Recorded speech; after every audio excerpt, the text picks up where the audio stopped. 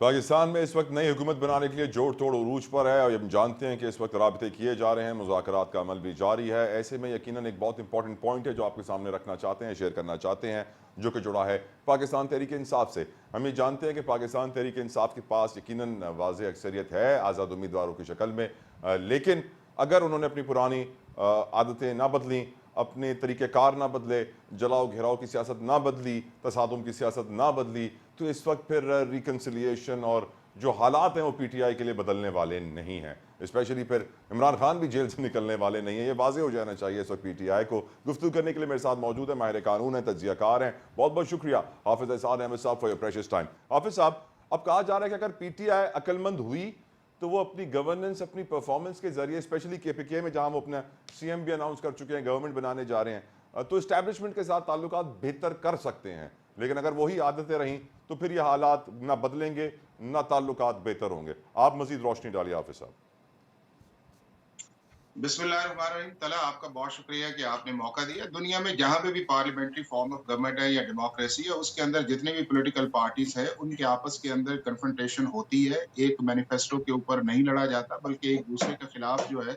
वो election campaign भी की जाती है और ऑपोजिशन भी की जाती है। और उसके साथ साथ जितनी भी पॉलिटिकल पार्टीज होती हैं, वो कभी भी पार्लियामेंट के अंदर या पार्लियामेंट के बाहर इस तरह मछली बाजार नहीं करती जिस तरह पाकिस्तान के अंदर पिछले 10-12 साल से चल रहा है। और ना ही इस तरह होता है कि स्टेट इंस्टीट्यूशन जो है उसके ऊपर आप क्रिटिसाइज करें। जिस तरह आपने देखा है कि पाकिस्तान की जुडिशरी जो है वो भी अंडर टारगेट रही है, पाकिस्तान का इलेक्शन कमीशन भी अंडर टारगेट है और पाकिस्तान की एस्टेब्लिशमेंट जो है उसको भी अंडर टारगेट जो है वो किया जा रहा है। तो अगर ये सारी चीजें इसी पेस के साथ चलती रहेंगी तो मैं ये समझता हूँ, आपने सिर्फ ये कहा है ना कि सिर्फ पीटीआई जो है, ये सारी पॉलिटिकल पार्टीज के लिए एक मौका है कि अगर इस मुल्क के अंदर डेमोक्रेसी के ऊपर लोगों का ट्रस्ट होना चाहिए और इंशाल्लाह रहेगा, उसके अंदर जिस चीज को जहां पे मैंडेट मिला है वो लोगों की खिदमत करे, परफॉर्म करे और उसके बाद जो है जब भी अगले इलेक्शन हो उस परफॉर्मेंस की बुनियाद के ऊपर जाए। लेकिन अगर आप इसी कन्फ्रंटेशन के अंदर जाएंगे तो ये मुल्क जो है ना उसके अंदर पॉलिटिकल स्टेबिलिटी आएगी, ना इकोनॉमिक स्टेबिलिटी आएगी। और जिस तरह हम एक डिच के अंदर जा रहे हैं इकोनॉमिक साइड्स के ऊपर, गवर्नेंस साइड्स के ऊपर,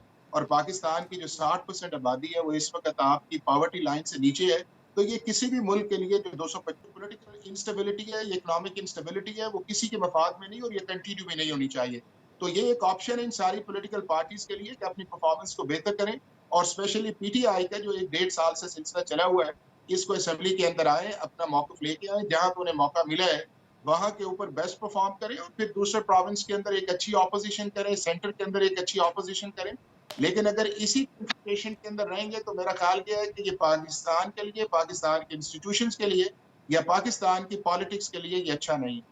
अच्छा नहीं है, क्या नुकसान हो सकता है वैसे अगर इन्होंने वही रविश इख्तियार किए रखी सर? क्या नुकसान हो देखिए, सकता दो दो इसके बड़े इमीडिएट आएंगे। एक तो इसका इमीडिएट आएगा ये कि जो आपके मुल्क के अंदर इंटरनेशनल इन्वेस्टर है वो नहीं आएगा इसके अंदर, चूंकि वो ये देखेगा कि ये लोग हर वक्त लड़ते रहते हैं, झगड़ते रहते हैं और इनका कोई इकोनॉमिक या पॉलिटिकल वे फॉरवर्ड नहीं है, तो फिर वो एक जो अनसर्टेनिटी जो है उसके अंदर इस मुल्क के अंदर कोई इन्वेस्टमेंट नहीं करेगा। एक दूसरा ये है कि जो आपका इंटरनेशनल रिलेशंस है, जिसके अंदर आपके 2-3 बड़े इकोनॉमिक साइड पे प्रोजेक्ट्स हैं, जिसके अंदर आपका सी पैक भी शामिल है, जीसीसी कंट्रीज उसके अंदर शामिल है, वो भी फिर जो है वो उस लेवल पे नहीं आएंगे कि जिस लेवल पे ये कहा जाए कि इस मुल्क के अंदर पॉलिटिकल स्टेबिलिटी है और वो पॉलिटिकल स्टेबिलिटी जो है वो इकोनॉमिक स्टेबिलिटी के अंदर कन्वर्ट हो सकती है। तो ये तो इसका इमीडिएट है। तीसरा उसके अंदर ये है कि जो पिछले 1.5-2 साल से इस मुल्क के अंदर एक पॉलिटिकल अनरेस्ट चल रही है और सारी चीजें जो है वो हमने पार्लियामेंट की बजाय सड़कों पे की हुई हैं, तो मेरा ख्याल है कि पाकिस्तान की जो अवाम है वो भी फिर एक रिटेलिएट करेगी कि अगर हमने एक अपना smooth political transition of power के अंदर अपना वोट दिया है, पार्टीज को अपना हक दिया है कि वो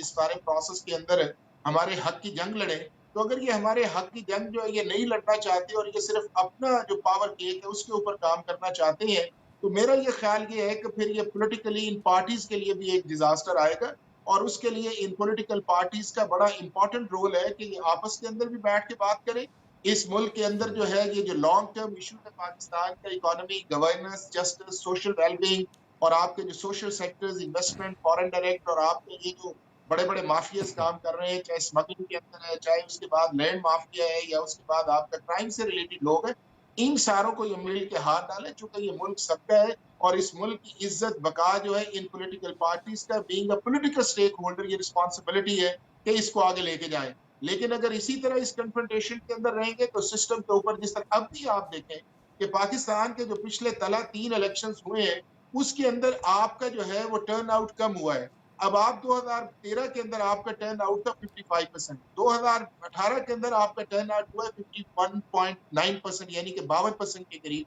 और इस वक्त आपका टर्न आउट जो है वो 48%, यानी कि पाकिस्तान की जो 52% वोटर्स है 128 मिलियन के अंदर, वो पाकिस्तान के अंदर उसने इलेक्टोरल प्रोसेस के अंदर वो नहीं गया। इसका मतलब ये है कि शायद उसे यकीन नहीं है कि इस मुल्क का जो पॉलिटिकल सिस्टम है वो हमारी चीजें जो है वो बदल सकता है। लेकिन अगर साइमल्टेनियसली अगर ये मेहनत करके लोगों की वेलबींग को बेहतर किया जाए, तो वो जो सिस्टम से अलहदा हुआ हुआ है वो भी इस मुल्क के अंदर वोट डालेगा। राइट, हाँ, राइट हाफिज एक साहब। चीज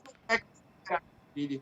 टाइम सर कमी है, नहीं तो मैं गुफ्तगू जारी रखता। बहुत बहुत शुक्रिया हाफिज एहसान अहमद साहब आपकी कीमती वक्त के लिए। प्रोग्राम के आखिर में दुआ करूंगा कि अल्लाह इस मुल्क के सियासी, मुआशी, मुआशरती मसाइल का हल हमें दे दे, हमें अच्छे लीडरान दे जो इस मुल्क का मुस्तकबिल बेहतर कर सकें, मुल्क से महंगाई, बेरोज़गारी ख़त्म कर सकें, तालीम और सेहत और सिक्योरिटी जैसी बुनियादी ज़रूरियात आम कर सकें। मुझे इजाज़त दीजिए, अंटिल नेक्स्ट टाइम, अल्लाह हाफ़िज़।